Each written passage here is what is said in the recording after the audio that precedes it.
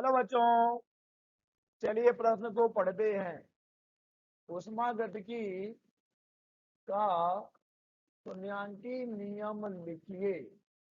तो बच्चों, चलिए सबसे पहले हम लिख लेते हैं मूल अवधारणा। मूल अवधारणा जिस पर कि यह आधारित है। तो बच्चों, स्पष्ट है कि यह प्रश्न आधारित है ऊष्मागतिकी के शून्यांकी नियम पर। ऊष्मागतिकी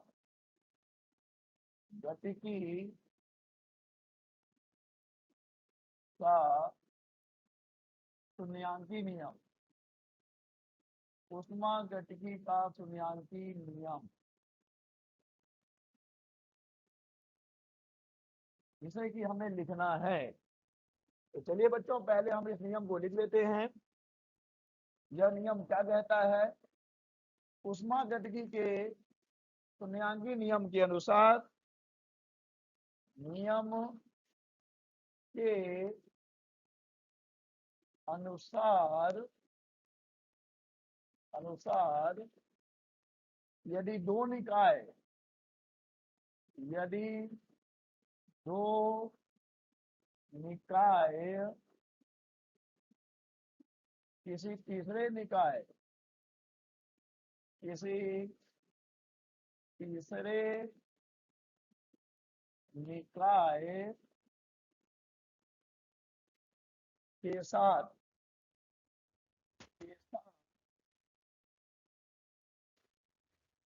पृथक पृथक यानी कि अलग अलग पृथक पृथक तापीय साम्य में हो। तापीय साम्य में हो अर्थात तापीय संतुलन की स्थिति में हो, तो वे आपस में भी आपस में भी तापीय साम्य में होते हैं। तापीय साम्य में होते हैं। बच्चों, क्या कहता है ऊष्मागतिकी का शून्यांकी नियम? कि यदि दो निकाय किसी तीसरे निकाय के साथ पृथक पृथक तापीय साम्य में हो, तो वे आपस में भी तापीय साम्य में होते हैं। चलिए जरा समझते हैं। चलिए मान लेते हैं कि हमारे पास तीन निकाय हैं। एक निकाय जिसे हम नाम देते हैं सी का, यह हमारा एक निकाय। इस निकाय को हम सी नाम दे रहे हैं। ठीक है बच्चों। और हमारे पास दो निकाय और हैं। एक निकाय हमने ए ले लिया, एक निकाय हमने बी ले लिया। ए निकाय, बी निकाय। ठीक है बच्चों। अब मान लेते हैं कि ये जो निकाय सी है, यह सी निकाय ए और बी के साथ जो है एक सुचालक दीवार से पृथक है। तो हमने यहाँ पे जो दीवार बनाया हुआ है, यह एक सुचालक दीवार है। कैसा दीवार है बच्चों? यह एक सुचालक दीवार है। सुचालक दीवार कहने का मतलब यह है बच्चों कि ए और सी में ऊष्मा का आदान प्रदान हो सकता है, साथ ही सी और बी में भी ऊष्मा का आदान प्रदान हो सकता है। ठीक है बच्चों। सुचालक दीवार है तो ऊष्मा का आदान प्रदान हो सकता है सी और ए में, सी और बी में। लेकिन बच्चों, ए और बी जो हमारे निकाय हैं, वे एक रुद्धोष्म दीवार से अलग हैं, पृथक किए गए हैं।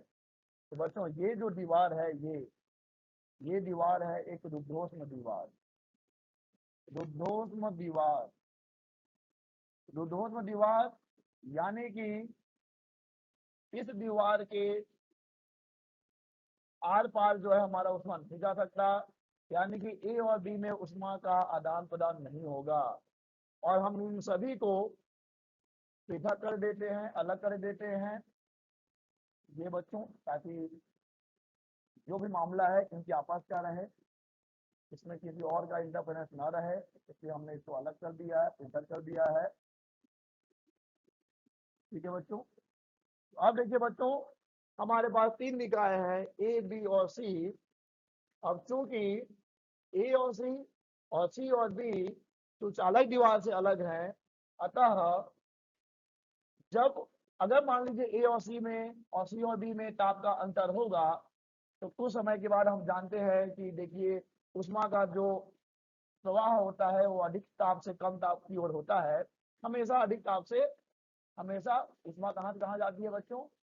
हमेशा उष्मा अधिक ताप से कम ताप की ओर प्रवाहित होती है, और तब तक प्रवाहित होती है जब तक कि तापमान सामान्य नहीं हो जाता, यानी जब तक तापीय साम्य की स्थिति नहीं आ जाती।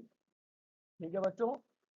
तो स्पष्ट है कि कुछ समय के बाद ए और सी क्या होंगे बच्चों? तापीय साम्य में होंगे। साथ में सी और डी भी क्या हो जाएंगे बच्चों? तापीय साम्य में आ जाएंगे। अब ऊष्मागतिकी का शून्यवान नियम या शून्यांकी नियम यह कहता है कि अगर अगर कोई दो निकाय किसी एक तीसरे निकाय के साथ अलग अलग क्या है? तापीय संतुलन में है, तो वे आपस में भी तापीय साम्य में होंगे, अर्थात ए और बी भी आपस में क्या होंगे बच्चों? तापीय साम्य में होंगे। यही है ऊष्मागतिकी का शून्यांकी नियम। आशा करते हैं आपको समझ आया होगा। धन्यवाद।